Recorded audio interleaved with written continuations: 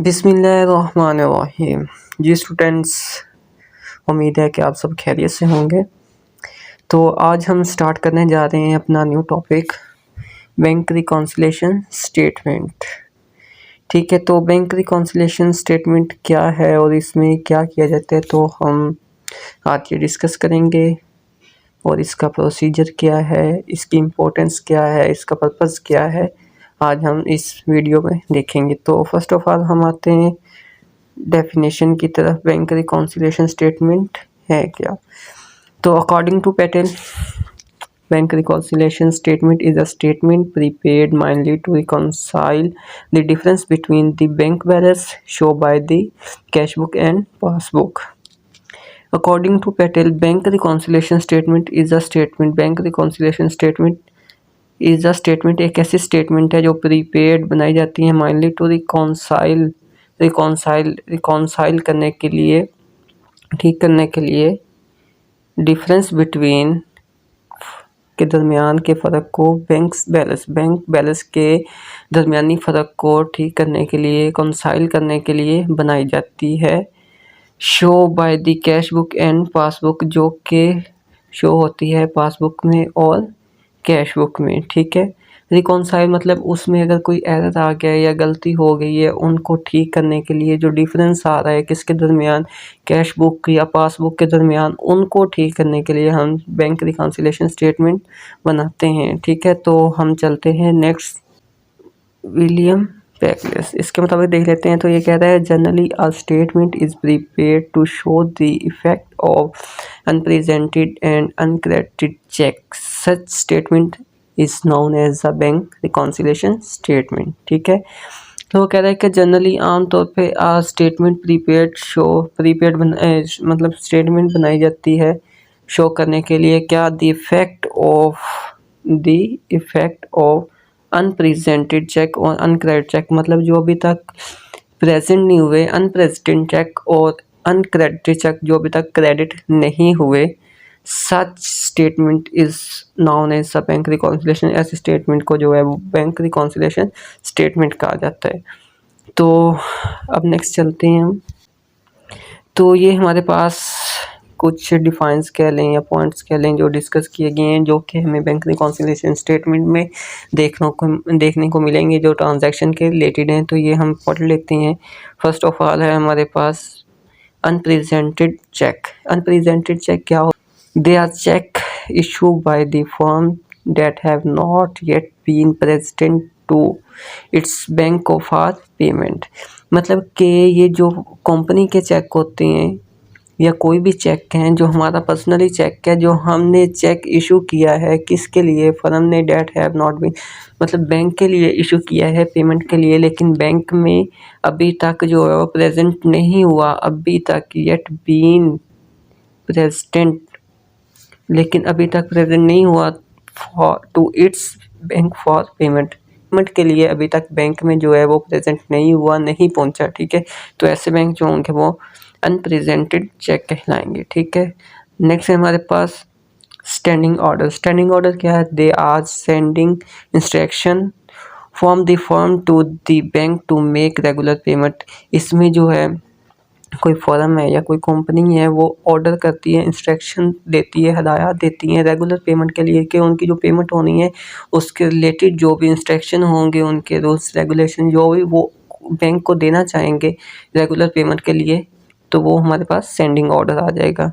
तो नेक्स्ट है हमारे पास डायरेक्ट डेब्ट्स। ठीक है, तो इसमें आ जाएगा they are payment made directly through the bank. इसमें जो है कि जो भी पेमेंट होगी वो डायरेक्टली बैंक के थ्रू में होगी। ठीक है, बैंक के थ्रू होगी। तो नेक्स्ट है बैंक चार्जेस। अब बैंक चार्जेस क्या हैं? They are charge made by the bank to the company for banking services use.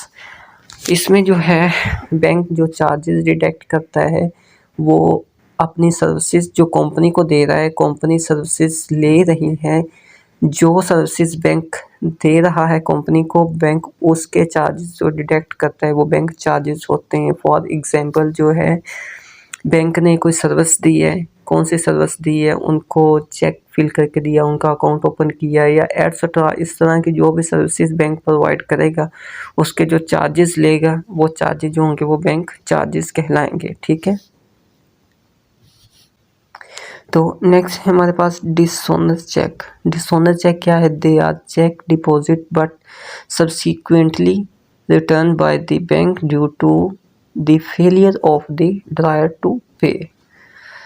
इसमें वो कह रहा है डिसऑनेस्ट चेक कौन से होते हैं? जो मतलब खारिज कर दिए जाएं या जिसकी पेमेंट ना की जाए, डिसऑनेस्ट चेक जो रिटर्न आ जाए हमारे पास, वो डिसऑनेस्ट चेक होते हैं। डिसऑनेस्ट चेक इसमें क्या इशू हो सकता है, किस वजह से जो है हमारा जो चेक है वो डिसऑनर हो सकता है? उस पर डेट का गलत मेंशन की हो, डेट पास्ट की लिखी हो, या नेम होल्डर जो जिसका अकाउंट होल्डर है या जिसको पेमेंट करनी है उसका नेम करेक्ट ना हो, हमारे साइन करेक्ट ना हो, एक साइन किया हो, या उसमें जो हमारे पास अकाउंट नंबर कह लें जिसमें हमने ट्रांसफ़र करना है वो गलत हो, या उसके अलावा चेक पे डबल साइन हो। तो इस वजूहात की वजह से जो है हमारा बैंक जो चेक है वो रिजेक्ट हो जाता है। तो यहाँ पे फिर वो कह रहे हैं कि failure for of the drawer to pay, मतलब जो ड्रायर जिसने निकलवाना होता है चेक, जिसने पेमेंट लेनी होती है, वो फेल हो जाता है किसमें? पेमेंट निकलवाने में, क्योंकि चेक जो है वो डिसऑनर हो जाता है। नेक्स्ट है हमारे पास क्रेडिट ट्रांसफ़र या डायरेक्ट क्रेडिट। ठीक है, तो हम पढ़ लेते हैं they are money receive from customer. इसमें जो है कस्टमर से मनी रिसीव की जाती है directly through the banking system. Banking system कौन सा है? हमने जाके डिपॉजिट करवाई है उसके डिपॉजिट स्लिप के, या ऑनलाइन हमने सबमिट करवा दी। तो ऐसी जो भी होंगी डायरेक्ट ट्रांजैक्शन जो कस्टमर खुद मनी जाके बैंक में पे करेगा या बैंक रिसीव करेगा कस्टमर से, तो ऐसे जो होंगे उसे क्रेडिट ट्रांसफ़र या डायरेक्ट क्रेडिट कहेंगे। ठीक है, नेक्स्ट है हमारे पास interest allow by the bank. They are interest receive for deposit और फिक्स डिपॉजिट। रिसीव करता है और बैंक पे करता है। कस्टमर ने अपनी अमाउंट डिपॉजिट करवाई हुई है बैंक में, जिसमें एक सेविंग अकाउंट है या फिक्स अकाउंट भी कह लेते हैं, सेविंग अकाउंट भी कह लेते हैं। यहाँ पे उन्होंने वर्ड चूज़ किया है फिक्स डिपॉजिट का। तो हम लेते हैं फिक्स डिपॉजिट जो करवाया होता है हमने 1 साल के लिए, 5 साल के लिए, 10 साल के लिए, उस पे जो हमें हमारी एक स्पेसिफिक अमाउंट मिलती है, जो इंटरेस्ट मिलता है, उसको हम interest allow by the bank कहेंगे। ठीक है, तो नेक्स्ट चलते हैं हम। अब आते हैं हम कि बैंक का जो बैंक रिकॉन्सिलिएशन का पर्पस क्या है। The purpose of the bank reconciliation statement. First हमारे पास आता है it reflect actual bank balance position, मतलब ये बैंक की रिफ्लेक्ट दिखाता है एक्चुअल जो उसकी मौजूदा या बेहतर या उनकी रियल जो है बैंक बैलेंस पोजीशन, उनकी पोजीशन क्या है बैंक की, वो दिखाता है। नेक्स्ट है हमारे पास detect mistake in cash book और पासबुक।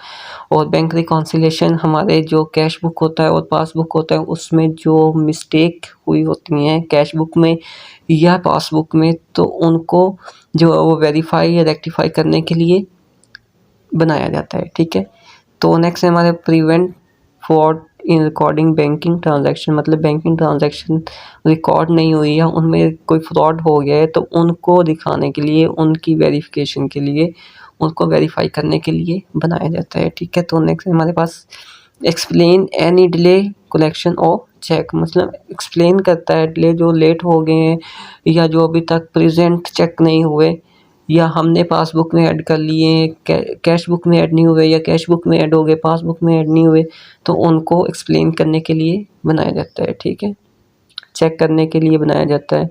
कलेक्शन ऑफ चेक्स मतलब कितनी कलेक्शन हुई है। ठीक है, तो नेक्स्ट है हमारे पास it identified valid transaction recorded by one party but not by other.